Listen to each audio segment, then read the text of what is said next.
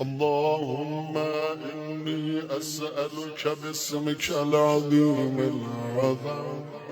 العز الجل الأكرم الذي إذا دعيت به على مغالق أبواب السماء للفتح بالرحمة فتحت، وإذا دعيت به على مضايق أبواب الأرض للفرج فرجت، وإذا دعيت به على العسر لليسر تيسرت، وإذا دعيت به على الأموات للنشور انتشرت، وإذا دعيت به على كشف البأساء والضراء انكشفت، وبجلال وجهك الكريم أكرم الوجوه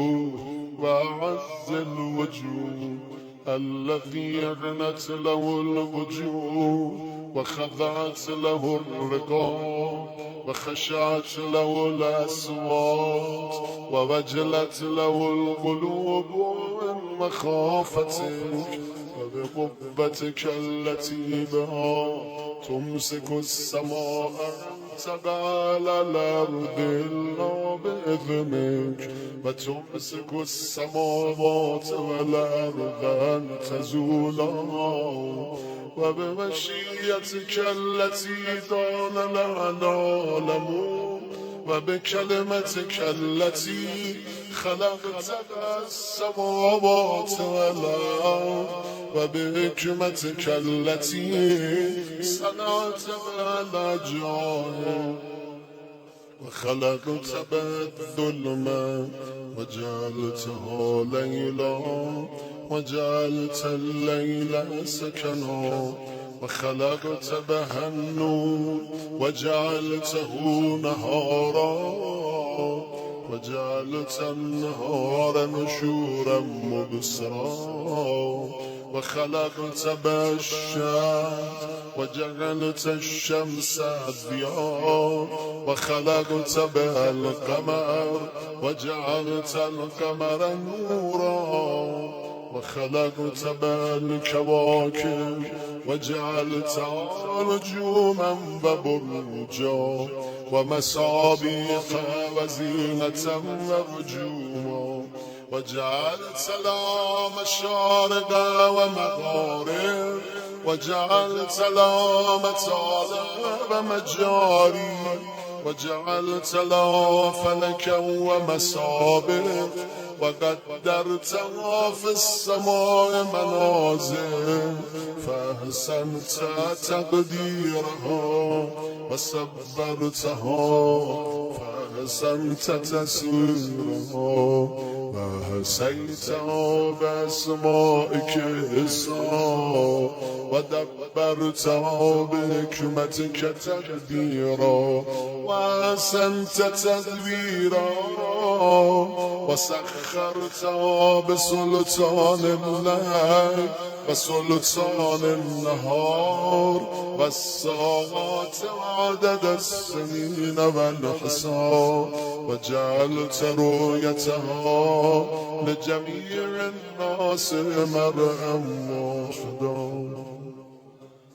وأسألك اللهم بمجدك الذي كلمت به عبدك ورسولك موسى بن عمران عليه السلام في المقدس فوق إحساس الكروبين فوق غمام النور فوق تابوت الشهادة في عمود النار وفي تور سيناء وفي جبل وريث في الوادي المقدس في البقعة المباركة من جانب التور الأيمن من الشجرة وفي أرض مصر 9 آيات بينات ويوم فرغت لبني إسرائيل البحر وفي المنبجسات التي صنعت بها العجائب في بحر السوف وقدت ماء البحر في قلب الغمر كالحجارة وجاوزت ببني إسرائيل البحر وتمت كلمتك الحسنى عليهم بما صبروا وأورثتهم مشارق الأرض ومغاربها التي باركت فيها للعالمين وأغرقت فرعون وجنوده ومراكبه في اليم وباسمك العظيم الأعظم العز الأجل الأكرم وبمجدك الذي تجليت به لموسى كليمك عليه السلام في طور سيناء ولإبراهيم عليه السلام خليلك من قبل في مسجد الخيف بارا تذکر دادم و گفتم توی دعای سمات هرچه خدا رو قسم میدی داری در واقع به وجود ائمه معصومین علیهم السلام قسم میدی گرچه به ظاهر صفات و اسماء خدا داری خدا رو قسم میدی توجه به این معنا خیلی مهم و کارسازه میدونی طرف ثابت کیه چه وجود نازنینی رو واسطه قرار دادی داری خدا رو به او قسم میدی و به مجدک الذی تجلیت به لموسی کلیمک علیه السلام فی طور سینا ولإبراهیم علیه السلام خلیلک من قبل فی مسجد الخیر فرمودن نوری که خدا نشون موسی داد نور فاطمه بود ولإبراهیم علیه السلام خلیلک من قبل فی مسجد الخیف ولإسحاق صفیک علیه السلام فی بئر شیعه وليعقوب نبيك عليه السلام في بيت إيل وأوفيت لإبراهيم عليه السلام بميثاقك ولإسحاق بألفك وليعقوب بشهادتك وللمؤمنين ببعدك وللدائين بأسمائك فعجبت وبمجدك الذي ظهر لموسى بن عمران عليه السلام على قبة الرمة وبآياتك التي وقعت على أرض مصر بمجد العزة والغلبة بآيات عزيزة وبسلطان القوة وبعزة القدرة وبشان الكلمة التامة وبكلماتك التي تفضلت بها على أهل السماوات والأرض وأهل الدنيا وأهل الآخرة وبرحمتك التي مننت بها على جميع خلقك وباستطاعتك التي أقمت بها على العالمين وبنورك الذي قد خر من فزعه طور سينا وبعلمك وجلالك كبريائك وعزتك وجبروتك التي لم تستقل لها وانخفضت لها السماوات وانزجر لها العمق الأكبر وركدت لها البحار والأنهار وخضعت لها الجبال وسكنت لها الأرض بمناكبها واستسلمت لها الخلائق كلها وخفقت لها الرياح في جريانها وخمدت لها النيران في أوتانها وبسلطانك الذي عرفت لك به الغلبة دهر الدهور وحمدت به في السماوات والأرض وبكلمتك كلمة الصدق التي سبقت لأبينا آدم عليه السلام وذريته بالرحمن. در اخبار ولادت علی مرتضی آنچه که مربوط به داخل کعبه بود براتون گفتم،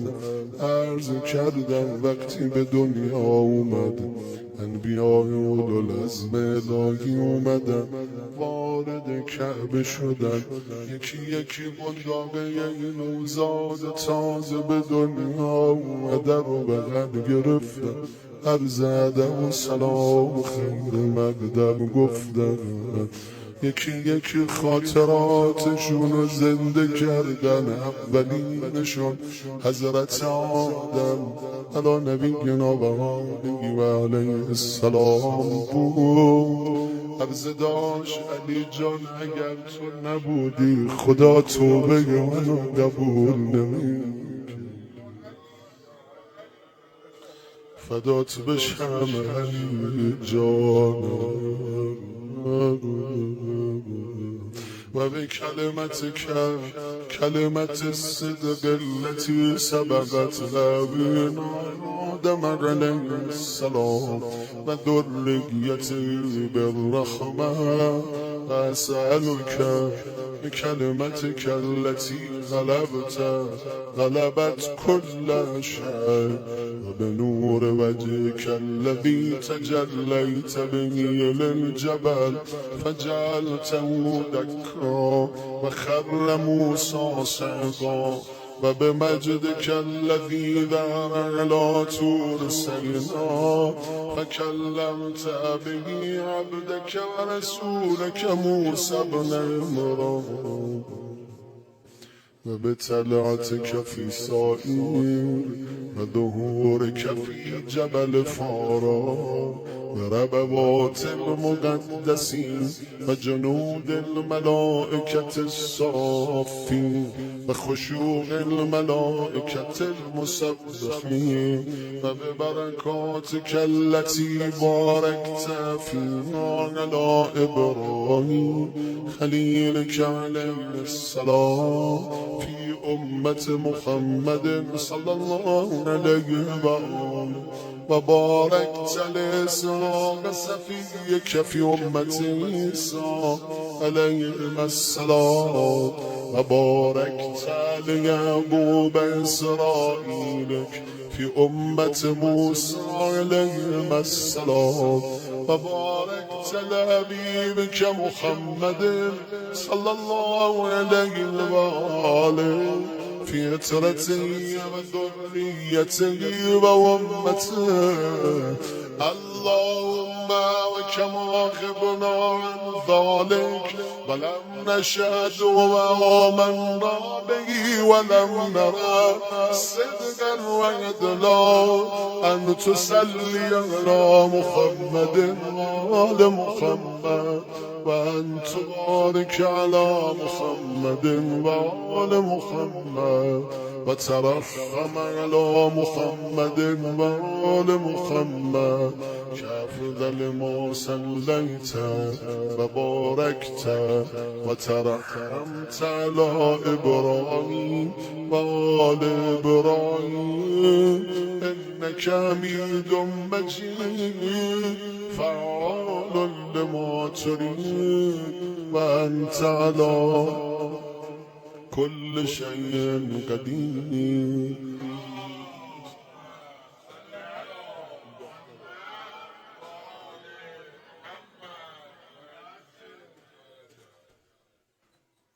حاجاتمون رو ذکر کنیم، مد نظر بگیریم. اللهم عجل ولیک الفرج. خدایا همین الان با مژده ظهور و فرجش قلب نازنینش شاد بگردان. اللهم بهذا الدعاء وبحق هذه الأسماء التي لا يعلم تفسيرها ولا يعلم باطنها غيرك صل على محمد وآل محمد وافعل بما أنت أهله ولا تفعل بما أنا أهله واغفر لي من ذنوبي ما تقدم منها وما تأخر ووسع لي من حلال رزقك واكفني مؤونة إنسان سوء وجار سوء وقرين سوء وسلطان سوء إنك على ما تشاء قدير وبكل شيء عليم. آمين رب العالمين.